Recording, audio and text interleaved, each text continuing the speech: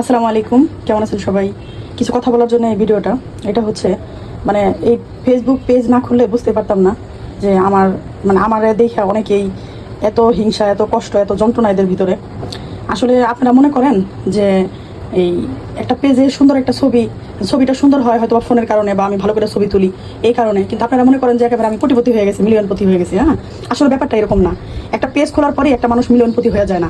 আর আপনারা যেভাবে বলেন না কেন, আলহামদুলিল্লাহ, আল্লাহ জানে সত্যি করে। কিন্তু দেখেন, একটা মানুষ ফেসবুক পেজে ছবি ছাড়লেই সে প্রতিদিন 2টা করে হাতি খায়, 4টা করে ঘোড়া রান্না করে, এরকম কিছু না ব্যাপারটা। এটা হচ্ছে আমার গতকালকে বাসি তরকারি, মানে পেঁপের তরকারি, সবজি ডাল দিয়ে। আর এখানে চা, মানে যারা চা খোর তারা এটা বুঝতে পারবে।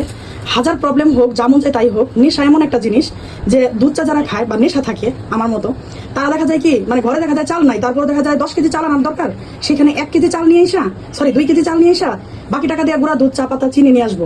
মানে নেশা এরকম একটা জিনিস, সেম আমারও এইটা। আর এখানে একটা ডিম পোচ, আর এখানে একটা পরোটা। তো এইটুকু খাবার কি একটা মানুষ সকালবেলা খায় না? অবশ্যই খায়। আপনারাও খান। আপনারা যদি 7 দিনের ভিডিও বা ছবি তুলে যদি পেজে দেন, বা পেজে না দিলেন, আপনাদের পার্সোনাল ফেসবুকেও ছাড়েন, তাহলে দেখা যাবে যে আমার থেকে আপনারা অনেক বেশি ভালো আছেন। এটা আলহামদুলিল্লাহ, আল্লাহ শুকরিয়া করা উচিত যে আল্লাহ ভালো রাখছে, আমিও ভালো আছি, যা আছে তাই নিয়েই ভালো আছি।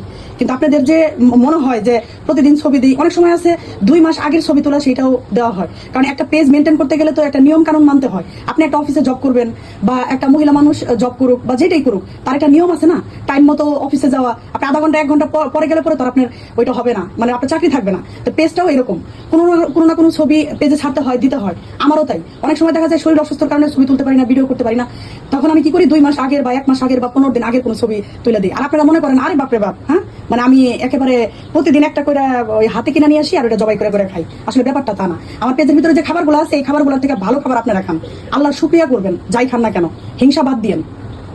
ওকে, আল্লাহ হাফেজ। কথাগুলো কষ্ট পেলে পরে মাফ করে দিয়েন, কারণ আমি কাউকে কষ্ট দেওয়ার জন্য কথাগুলো বলি নাই। কথাগুলো চিন্তা করবেন, কথাগুলো সত্য।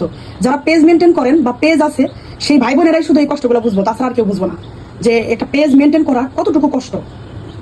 আল্লাহ হাফেজ।